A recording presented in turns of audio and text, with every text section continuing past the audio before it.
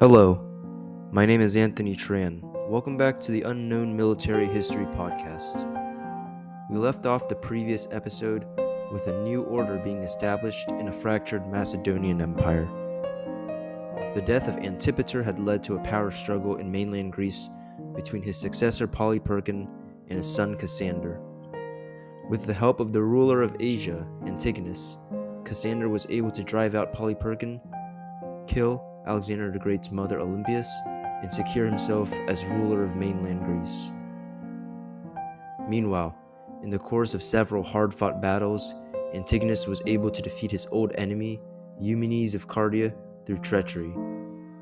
Now, as all old enemies of the new order are dead, the victors of the war now begin to carve out the spoils. The largest spoils of the war against Polyperchon and Eumenes had ultimately gone to Antigonus. The ambitious one-eyed veteran general now controlled Asia Minor and all of the provinces in Asia, all the way to the borders of the kingdoms of India. This effectively made him the most powerful man in the empire, shrewd in strategy as he was hardened on the battlefield. Meanwhile, Cassander ruled over mainland Greece by right of conquest, not by right of succession. On the other hand, Lysimachus controlled the northern province of Thrace bordering Cassander, bound to defend the empire from the barbarous tribes to the north. And finally, Ptolemy ruled over Egypt, Syria, Cyrene, and Cyprus. However, many of Antigonus's eastern satraps were concerned over the power of Antigonus, which they viewed as a threat to their own positions of power in their respective provinces. Therefore, they sent demands to Antigonus, as to the other Diadochi. In 314 BC, they demanded that Antigonus cede the provinces of Lycia and Cappadocia to Cassander, Hellespontine Phrygia to Lysimachus, all of Syria to Ptolemy, and give the commander Seleucus Babylonia. In addition, they demanded that Antigonus share the spoils of the war with them. The other Diadochi demanded these concessions for Antigonus to make to them and threatened war on him. Antigonus would respond to them by advising them to be ready for war. He was not going to give in to their demands for him to give up land and wealth he had gained through the right of conquest. Thus, only a year after a brutal war which had cost thousands of lives, the new order completely collapsed into two factions: an anti-Antigonid faction consisting of Ptolemy, Seleucus, Lysimachus, and Cassander, and the faction of Antigonus himself. Though Antigonus had the greater army and resources, he was surrounded by enemies. Thus, in 314 BC, Antigonus marched with a large army to invade the provinces of Syria and Phoenicia, which were under the control of Ptolemy. His army reached as far as Tyre, the city which had stood against and ultimately fell to Alexander the Great's forces years ago during the conquest of Persia. However, Antigonus' siege of Tyre was cut short, as he faced a rebellion in Caria. Caria at that time was governed by Cassander, whom had now decided to side with the anti-Antigonid coalition. Realizing that he needed allies, Antigonus reached out to an old enemy, Polyperchon, the former regent who now ruled in the Peloponnese. Receiving 1,000 talents to raise a mercenary army, Polyperchon proclaimed freedom for the Greeks to get them on his side against Cassander, who held the Greek mainland. Meanwhile, Antigonus sent part of his army back to Cappadocia and to the Hellespont in order to cut off the rebellious Cassander from his allies Lysimachus and Cassander. Cassander was thus holed up in Caria, surrounded without aid. Recognizing this, Antigonus decided to campaign against Cassander himself. He left a large portion of his forces under his son Demetrius in order to defend the conquered provinces of Syria and Phoenicia from Ptolemy and Seleucus, who had joined his army. Ptolemy and his ally Seleucus decided to act, seeing that Antigonus had left to fight Cassander. Marching with 8,000 infantry and 4,000 cavalry, they reached the northern edge of what is now known as the Sinai Peninsula. Hearing of this, Demetrius mustered his army of 12,500 infantry, 4,400 cavalry, and 43 war elephants to confront them. Realizing his forces from his winter quarters, Demetrius stationed them at Gaza. an important location in the region. Despite the fact that Demetrius' advisors warned him not to fight Ptolemy and Seleucus in the open field, he decided to do so anyway, ignoring their advice. Perhaps it was because Demetrius wanted to defeat and kill two birds with one stone, or because he wanted the glory of victory in an open battle that Demetrius chose to ignore his advisors and fight two experienced commanders at Gaza. Demetrius thus deployed his elite cavalry, light infantry, and war elephants on the left, his phalanx in the center, and smaller war elephants in front of the phalanx. He also placed support cavalry on his right. Meanwhile, Ptolemy and Seleucus placed most of their cavalry on the left. However, upon hearing of Demetrius' battle formation, they placed it on the right under their own personal command. To counter the dangerous war elephants, Ptolemy and Seleucus resorted to using peltasts, archers, and slingers on the front. These units also carried with them spikes connected by chains, a common anti-elephant device that targeted their legs and feet. Meanwhile, their phalanx was on the center, and the reserve cavalry also deployed on the right. The Battle of Gaza thus began with the advanced groups of cavalry engaging each other. However, Demetrius' cavalry was better trained and drove off their adversaries. As Demetrius pursued the retreating cavalry, part of his left flank was open. Ptolemy and Seleucus charged their cavalry into those units, with fierce fighting taking place. As the cavalry engagement happened, Demetrius ordered his elephants forward to crush the enemy army. However, as his elephants approached the phalanx, Ptolemaic archers and javelin men fired volleys of arrows and spears into the elephants, while men threw the spiked chains forward on the ground. The elephants began stepping on the chains under heavy fire, and they became panicked. Ptolemaic cavalry was able to pick off the elephant riders and even kill most of the elephants.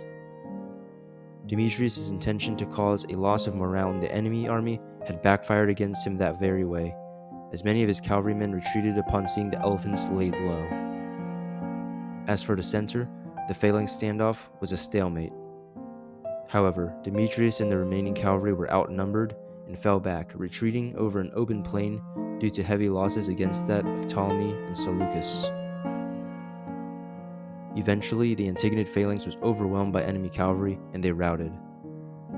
The battle had been a disaster for Demetrius. He had lost 8,500 men and all of his elephants, more than half of his army. He was forced to retreat past Phoenicia, and the conquered provinces in that region were soon lost. Retreating to the city of Tripolis, Demetrius would have to rebuild his army. He would also send a report to his father asking for reinforcements. Antigonus had recently finished his conquest of Caria. Its satrap Cassander disappears from the historical record around this time, most likely killed in battle by Antigonus. Antigonus would soon send forces to Greece in order to fight Cassander. Returning to the east to join forces with his son Demetrius, Antigonus would not long after negotiate a white peace with Ptolemy, Lysimachus, and Cassander. However, Seleucus was still at war with Antigonus. After the Battle of Gaza, Seleucus had taken a force of his own and captured the province of Babylon. Babylon was one of the most important provinces in Antigonus' realm, and holding it would also bring in the allegiance and submission of the other eastern satrapies. This would begin a war between Antigonus and Seleucus, known as the Babylonian War. Just a note, this war has only a limited number of information on it regarding the battles. Prior to this war, Seleucus with several thousand men under his personal command had besieged the city of Babylon itself, taking it due to its small garrison. According to the Babylonian Diadochi chronicle, Seleucus took the city by cutting the water supply to the city and then building a dam on the Euphrates River, which passed between the citadel walls. When water built up, Seleucus ordered the dam to be broken, causing a sudden flood that destroyed the walls, allowing him to capture Babylon. The capture of the most fabled city in the east sent shockwaves throughout Antigonus' holdings. A number of the eastern governors would pledge their allegiance to Seleucus after this feat. However, not all were willing to bend the knee just yet. Antigonus' general, Nicanor, the satrap of Aria, Euagoras, marched on Babylon to reclaim it for Antigonus. However, Seleucus was waiting for them in an ambush near the Tigris River. In the ensuing battle, Eumenes was killed and Nicanor fled for his life. Their men would defect and join Seleucus's forces, bolstering them. With this enlarged force, Seleucus marched east, forcing many satraps into submission. He then marched on the city of Ecbatana, where the soldiers there defected and Nicanor was killed. In only half a year, Seleucus had gone from being a minor supporting character in the funeral games of Alexander to now a major contender. This unprecedented series of events that bolstered the rise of Seleucus would give him a new title, Nicator, meaning victor. However, the Antigonids were not going to let their provinces be taken over that easily. By that time, Antigonus had secured his peace with the other Diadochi warlords, and he sent his son Demetrius to attack Seleucus. Demetrius was swift, besieging and capturing two important citadels around Babylon. By the time the first citadel had been captured, Babylon's garrison had left the city. Demetrius placed Archelaus as the new satrap. However, upon hearing of Seleucus amassing a force to face Demetrius, he was ordered by his father to return west. In the meantime, Seleucus used hit-and-run tactics against the Antigonid invaders, not meeting them directly in open battle. In the month of August in the year 310 BC, Antigonus himself would arrive in Babylon, eager to crush the upstart Seleucus and his supporters. However, the grand city of Babylon itself had not been totally pacified, as a number of forts and buildings were still holding out. Antigonus ordered his men to try and take them, but they were hindered from both inside the city because of resistance and outside of the city by Seleucus's guerrilla tactics. Eventually, by 309 BC, Antigonus was forced to look outward and launch offensives against Seleucus. However, this proved to amount to nothing, as Seleucus constantly evaded capture. Eventually, however, Seleucus decided to attack Antigonus himself in a full-scale battle. The Greek author Polyperchon writes how before the battle, Seleucus ordered his men to eat during the night. This way they would be energized and attack before dawn. Antigonus's forces, on the other hand, were tired of being harassed by Seleucus and they had low supplies. Therefore, at dawn, Seleucus attacked suddenly, routing Antigonus's forces. Antigonus was forced to retreat west instead of continuing the war, as Ptolemy had broken the truce and invaded Cyprus and other islands owned by Antigonus. Seleucus thus conquered the entirety of the eastern satrapies. Meanwhile, all the way to the west in mainland Greece, Cassander decided to solidify his position of king of Macedon once and for all. One day, he gave out orders for his men to find and kill both Alexander IV and his mother Roxanne. While his men were reluctant, they feared the wrath of Cassander. Thus, a man known as Glaucius of Macedon and his troops found and murdered the Macedonian royal family. It is unknown whether they were killed by poison or by the sword, but in any case, the Argead dynasty of Macedonia, which had produced both Philip II and Alexander the Great, was wiped out by Cassander. Not long after, Cassander bribed Polyperchon to murder Alexander the Great's bastard son Heracles. Heracles had been declared king by a weak Polyperchon when Alexander IV was killed.